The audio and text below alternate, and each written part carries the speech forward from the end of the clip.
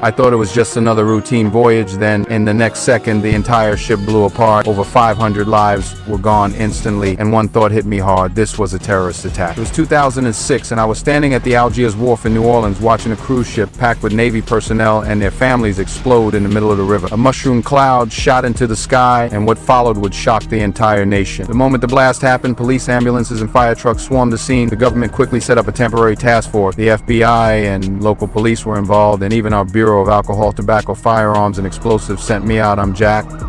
I've handled plenty of cases before, but seeing those burned, twisted bodies lined up on the riverbank still hit me right in the chest. I was just about to begin my investigation when I suddenly heard a phone ring. I pulled mine out, but it wasn't my call. The sound was coming from a nearby body bag. The ringtone was identical to mine, but I brushed it off and refocused on the case. To get answers fast, I took a boat to the wreck site where the cruise ship had gone down. After a close inspection, I combed along the riverbank for any clue I could find. I had no idea that not far away, a man in a strange-looking helmet was secretly recording me. Soon, I spotted something. I crouched down and picked up a small piece of plastic with wiring still attached. I turned it over in my head and quickly formed a theory. To confirm it, I had my colleagues pull surveillance footage from a nearby bridge, then went there myself. After searching underneath the bridge, I found residue from an explosive packed with fuel. It was clear this had been a carefully planned terrorist attack. I immediately reported my findings to the FBI and the police, suggesting they trace the wiring back to the company that produced it. That might lead us to the bomb's source. Back at the bureau, my colleague Taylor had already pulled the bridge footage, but before I could check it, he handed me a phone number. Apparently, a strange woman had called earlier asking for me. Since I wasn't in, she'd even asked what I looked like. Being a single guy, I had no clue who that could be. I called back while reviewing the footage, but no one answered. ATF agent Doug Carlin, returning your call. My cell number is 504-555-01. After leaving a voicemail, I spotted something on the footage, a person on a motorcycle who had lingered on the bridge for a while, but the image was too grainy to make out a face. Just then, a female colleague told me the police had found a woman's body at the scene, and a dispatcher named Bob wanted me to call him back or take a look. I didn't think much of it. After all, with so many dead, what difference did one more body make? But as I was about to leave for the day, Bob called me directly.